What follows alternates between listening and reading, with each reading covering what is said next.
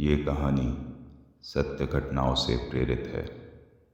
जिनके साथ ये घटनाएं घटी उसकी वास्तविकता उन्हीं तक सीमित है। भूत प्रेतों और असामान्य विषयों के होने पर चैनल कोई दावा नहीं करता और ना ही प्रोत्साहन करता है। तो दोस्तों, कैसे हैं आप सब। आशा करता हूँ कि आप सब ठीक होंगे। आज आपके लिए लेके आया हूँ हमारे हॉरर बाय पिटारा सेगमेंट की एक और कहानी, जिसको लिख भेजा है हमारे एक सब्सक्राइबर ने, जिन्होंने अपना नाम ना बताने की रिक्वेस्ट की है।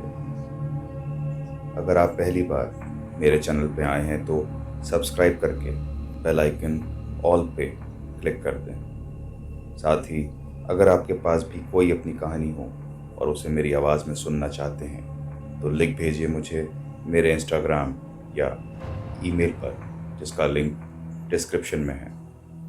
तो शुरू करता हूँ आज की कहानी, जिसका नाम है चुड़ैल का साया। ये कहानी मुझे मेरे पापा ने सुनाई थी। मेरे पापा एक छोटे से गांव से संबंध रखते हैं और ऐसा माना जाता है कि उस गांव में कुछ बुरी शक्तियां भी वास करती हैं। ऐसी एक बुरी आत्मा से सामना हुआ मेरे दादाजी का, खुले बालों और भयानक चेहरों वाली चुड़ैल। ठंड का समय और गांव में घना कोहरा छाया हुआ था। मेरे दादाजी एक बड़े अधिकारी थे और उनका सरकारी बंगला गांव की सीमा से बाहर हुआ करता था। रोज की तरह उस दिन भी जब मेरे दादा अपना काम खत्म करके दफ्तर से घर की ओर जाने लगे तो रास्ते में पड़ने वाले बाजार से वो कुछ सामान लेने के लिए रुके।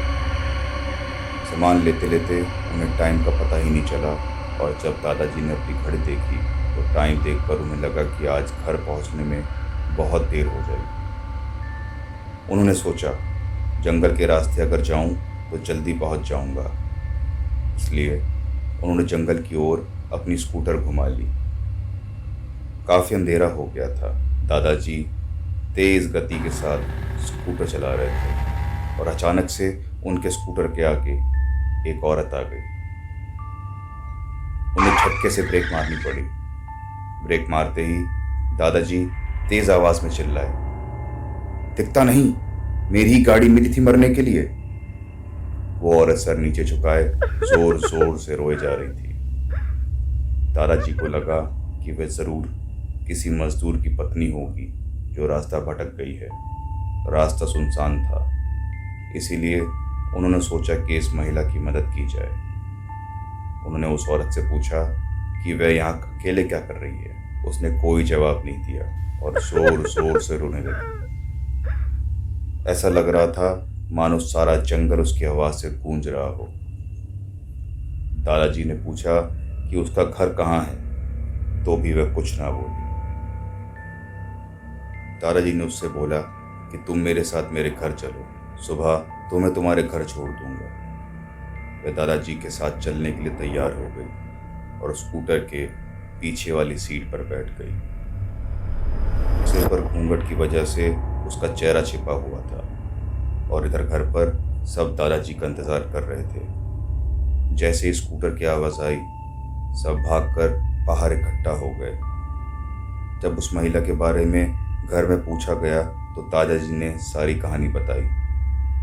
दादाजी ने कहा कि ये अपने घर का रास्ता भूल गई और जंगल में भटक रही थी। आज रात ये यहीं रुकेगी। लेकिन दादी को उस महिला पर शक हो गया। उन्हें लगा कि यह कोई चोर है जो घर का सामान चुरा कर भाग जाएगी। दादी ने उसे गुसल खाने यानी कि वॉशरूम में जाकर हाथ मुंह धोने को कहा। वह औरत बिना कोई जवाब दिए वहां से चली गई। कुछ देर बाद वो औरत जब वापस आई तो दादी जी ने उसको रसोई की तरफ इशारा कर खाना बनाने के लिए कहा। ये सुन वो औरत रसोई घर में चली गई। उसे रसोई घर में भेज तो दिया, लेकिन दादी जी का मन अभी भी शांत नहीं हुआ। 10 मिनट बाद दादी जी रसोई में पहुंची तो देखा अभी वह थैले में से चिकन निकाल ही रही थी। यह देखकर दादी जी को गुस्सा आ गया। उन्होंने उसे बोला कि अभी तक तुमने खाना बनाना नहीं शुरू किया। कब बनेगा और कब हम खाएंगे? उस महिला का चेहरा अभी भी ढका हुआ था, इसीलिए किसी ने उसका चेहरा ही नहीं देखा था। दादी उसका चेहरा देखने की कोशिश करती रही, लेकिन उन्हें उसकी झलक भी नहीं दिखाई दी। दादी ने कहा, कोई ज़रूरत हो तो बुला लेना, लेकिन फिर भी वह कुछ ना बोली। उन्हें लगा कि शायद अनजान लोगों से डर रही होगी। दादी रसोई से चली गई, लेकिन जब 10 मिनट बाद वह फिर से वापस आई तो रसोई का दृश्य देखकर दादी डर गई। उनके पैर जैसे वहीं जम गए। उनके गले की आवाज निकल ही नहीं रही थी। उन्होंने देखा वह औरत रसोई के स्लैब पर बैठकर चिकन को कच्चा खा रही है। सारी रसोई में हड्डियां और मांस के टुकड़े बिखरे पड़े हैं। उसके सिर का घूंघट भी उतरा हुआ था। उसका चेहरा बेहद खौफनाक था। बाल बहुत बड़े और नाखून एकदम काले। वह चिकन खाने में मग्न थी, इसलिए उसका ध्यान दादी पर नहीं गया। दादी भी चिल्लाई नहीं कि कहीं वह औरत ज्यादा खतरनाक ना हो जाए। दादी ने एक थाल उठाया और वो चूल्हे में से जलती हुई लकड़ी उठाकर उसकी तरफ दौड़ी और जलती हुई लकड़ी ठीक उसके चेहरे के आगे लगा दी। आग की जलन की वजह से डायन तेज तेज आवाजें निकालने लगी। उसकी आवाज सुनकर सारा घर इकट्ठा हो गया। उसे आग दिखाकर घर से बाहर निकाला गया। उसकी आवाज इतनी तेज थी कि आसपास के लोगों का बाहर जमावड़ा लगने लग गया। वह डायन लोगों की भीड़ को हटाते हुए जंगल की तरफ दौड़ी। सारे लोग डर के मारे कांप रहे थे और मेरी दादी की हिम्मत की दाद भी दे रहे थे कि अगर उन्होंने सही समय पर जलती हुई लकड़ी से उस डायन को भगाया नहीं होता तो ना जाने क्या हो जाता।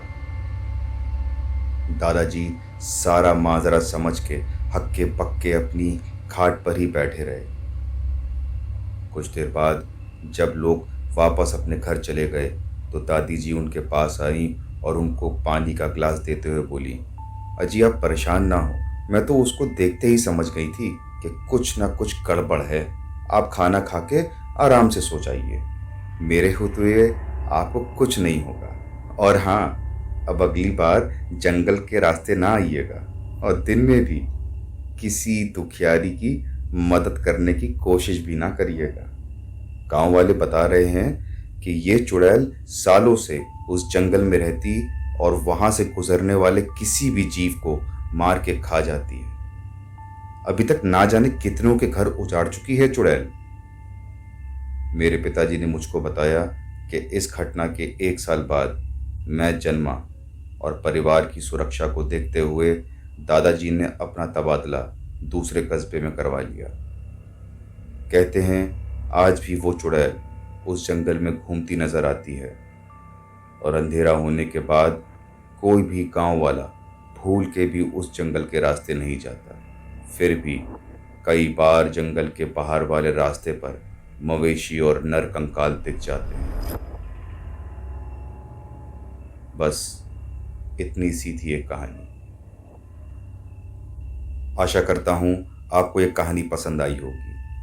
अगर आपके साथ या आपके जानने वाले किसी के साथ भी कोई पैरानॉर्मल घटना हुई हो तो नीचे कमेंट बॉक्स में कमेंट करके हमको ज़रूर बताएं। प्लीज़ वीडियो को लाइक और अपने फ्रेंड फैमिली ग्रुप में शेयर ज़रूर करें। तब तक के लिए मिलता हूँ आपसे बहुत जल्द एक नई कहानी के साथ। Thank you.